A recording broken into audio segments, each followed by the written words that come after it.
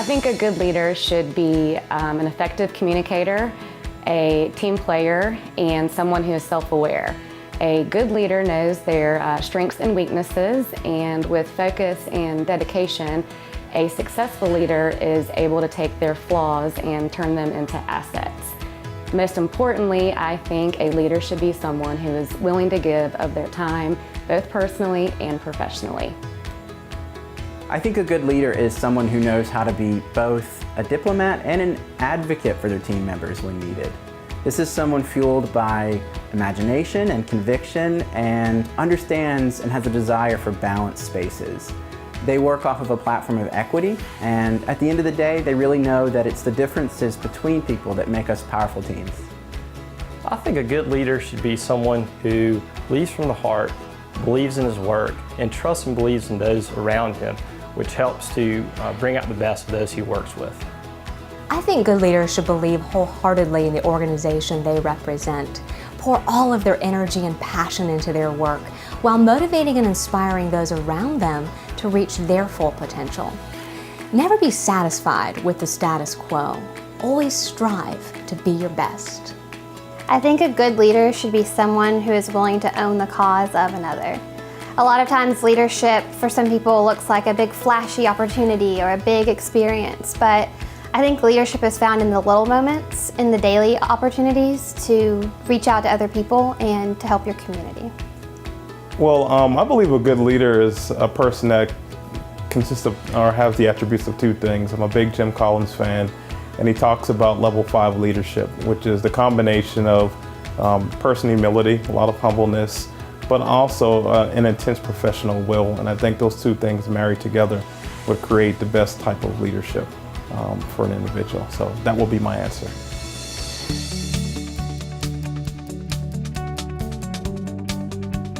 The best advice that I would give somebody is to remember every day to work to try and have balance. Prioritize your family and friends that will be there for you in the end. And a lot of things that we have in life can be very fleeting, but really good family and good friends are going to be the ones who are there for you in the long run. And remember not to always try and stay so busy, and enjoy good naps and allowing yourself to be lazy, and always having a good bottle of Chardonnay in the fridge. The best advice I would offer someone is to, early on, develop your ability to embrace and celebrate change in your personal life and in your career. So what advice would I give someone? I remember when I was at the age of 18, a good buddy of mine gave me a bookmark, and it had a scripture from Proverbs 22:1, and it said, "A good name is more desirable than great riches, and love and favor more so than silver and gold." And so I would say to anyone to build your name, build a legacy, something that that people will remember you by, that's centered around trust, moral integrity, and a positive influence. When people speak of your name, what will they say?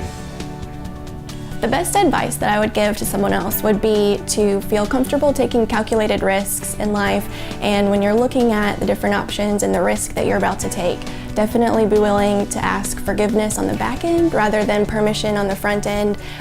Things usually turn out a little more exciting that way. Best advice early on, I think, would have been learning to say no faster. I think you want to say yes to everything when you're beginning to lead.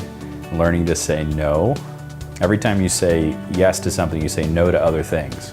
But by learning to say no, you actually get to choose the right things that you're saying yes to, and be proactive about your schedule and choose to accomplish the right goals. The best advice that I could give to someone would be to create a safe space to fail as often as you can. The experience that we build from failure is one of the most valuable things that we carry with us.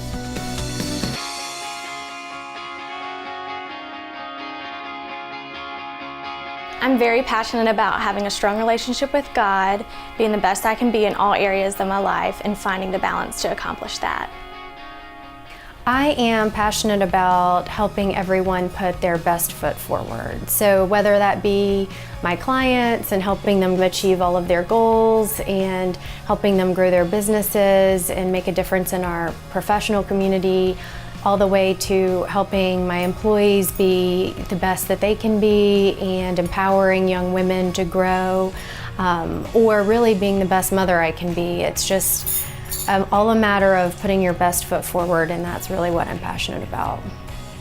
I'm really deliberate about the things that I do between my family, work, school, HARP. There's not one thing that I'm not passionate about. Life is way too short to do things that don't make you really happy. I am passionate about being a role model for kids and changing people's lives in a positive way through the martial arts. I'm passionate about empowering younger generations, especially Hispanic youth, to develop as leaders and advocates to ensure that Greenville continues to move forward as an inclusive and diverse community with equal opportunities for all its residents.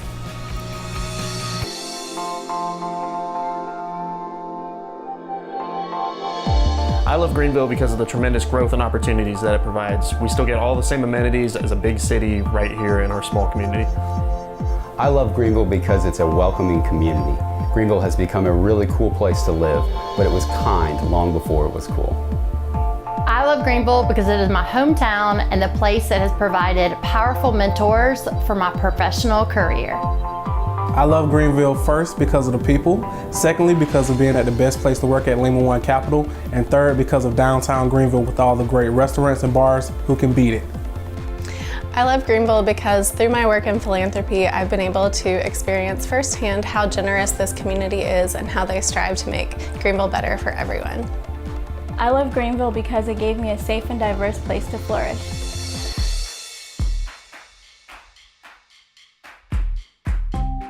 I owe the majority of my success to the young girls that I work with who are working so hard to achieve their goal of playing college golf. And it inspires and motivates me to want to do the same thing both in my business and in my life, and to not just tell them what they need to be doing, but to try and be an example of what they should be doing. I realize it's almost a cliche to say it, but I really owe the majority of my success to my wife. Kristen's been with me since Furman, and consequently she's really made me into the person I am today as much as anybody has. She would pick me up from LSAT classes, she was with me through law school, with me through the bar exam. And being in the profession that I'm in as a young lawyer, that requires a lot of work, a lot of stress. You put on top of that family and the community involvement I've been able to do. And she's been my best advisor, my best supporter through all that, and there's really just no way I'd be where I am right now if not for her. I owe the majority of my success to being surrounded by people whose love, support, advice, guidance, coaching, and expectations gave me the confidence to take full responsibility for my future. And these people gave me opportunities and experiences that I was able to take advantage of, and with each of those I was able to learn, adapt, and grow stronger from them. These people, the people who helped put me on a path to success, include my colleagues, my friends, my teachers, my coaches, my mentors, and my family, my wife and 2 daughters, who make sure I always have a humbling grasp on reality. I owe the majority of my success to the love and support from my family. My parents set good examples for me, teaching me the importance of a strong work ethic and commitment to anything and everything that I do. We all know the saying, it takes a village, and I agree with it 100%. I didn't get here on my own. I have my family and many others to thank for it. I owe the majority of my success, first of all, to God, and then my family, my brother, my parents, and then my wife who's been there for me.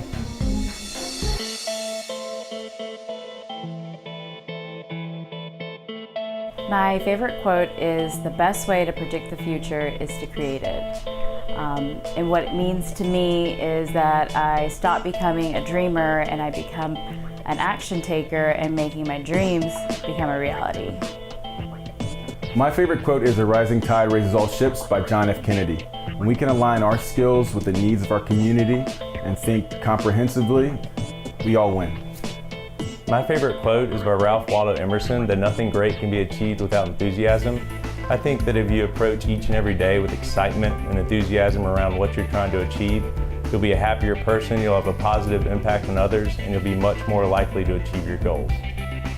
My favorite quote is by Helen Keller. She said, "Alone we can do so little, together we can do so much." I know as an individual, my impact has limitations, but when we work together and collaborate, the possibilities open up on so many levels. That's why my work is focused on partnerships and collaboration.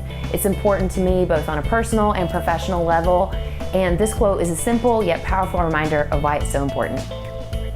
So my favorite quote is one by Thomas Edison. It's that opportunity is often missed because it looks like work and is dressed in overalls. And that means a lot to me because in order to achieve your goals, you really need to work hard and put forth the effort. You can't just dream, you gotta work.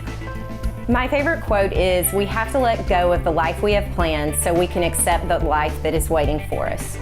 It's my favorite quote because sometimes I think we get so stuck in what we have to do and what's planned for us and what we have to accomplish that we forget to enjoy the small things in life and the adventures that happen every day.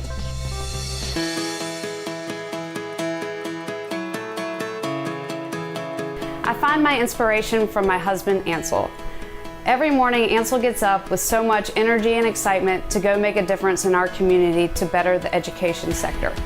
He inspires me to do the same in the real estate sector. Ansel is making a difference in Greenville and our community, and together we strive to instill that same sense of humility and responsibility to our 3 young daughters. I am inspired by risk takers because risk takers realize no matter how challenging it may be to face their fears, it is absolutely necessary to do the unthinkable. I believe risk takers make this thing called life a little more interesting. I find my inspiration through Girl Boss Greenville, which is a not-for-profit group that I started here in Greenville last year. We have over 800 members of incredibly talented women, and each of them inspire me every day. I wake up and I check the feed and I see what these women are doing in the community, and I'm just so inspired by the power and the wealth of love that we have here in Greenville.